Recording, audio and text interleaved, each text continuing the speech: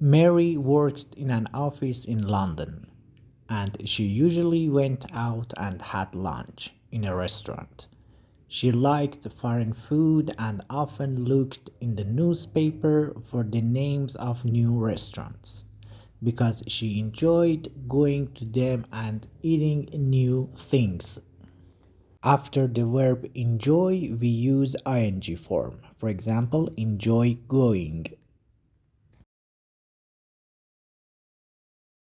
Sometimes she said, I don't like this restaurant.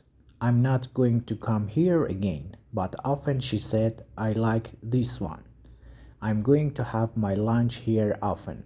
One day she saw the name of a new Greek restaurant in her newspaper and she went there for lunch. Greek means related to the country of Greece.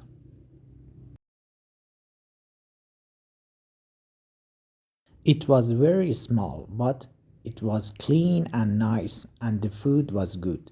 But then Mary found something hard in her mouth.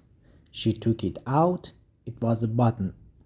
Look here, waiter, she said. I found this button in my food. Thank you, the waiter answered happily. I looked everywhere for it. The meaning of button, you can see the picture.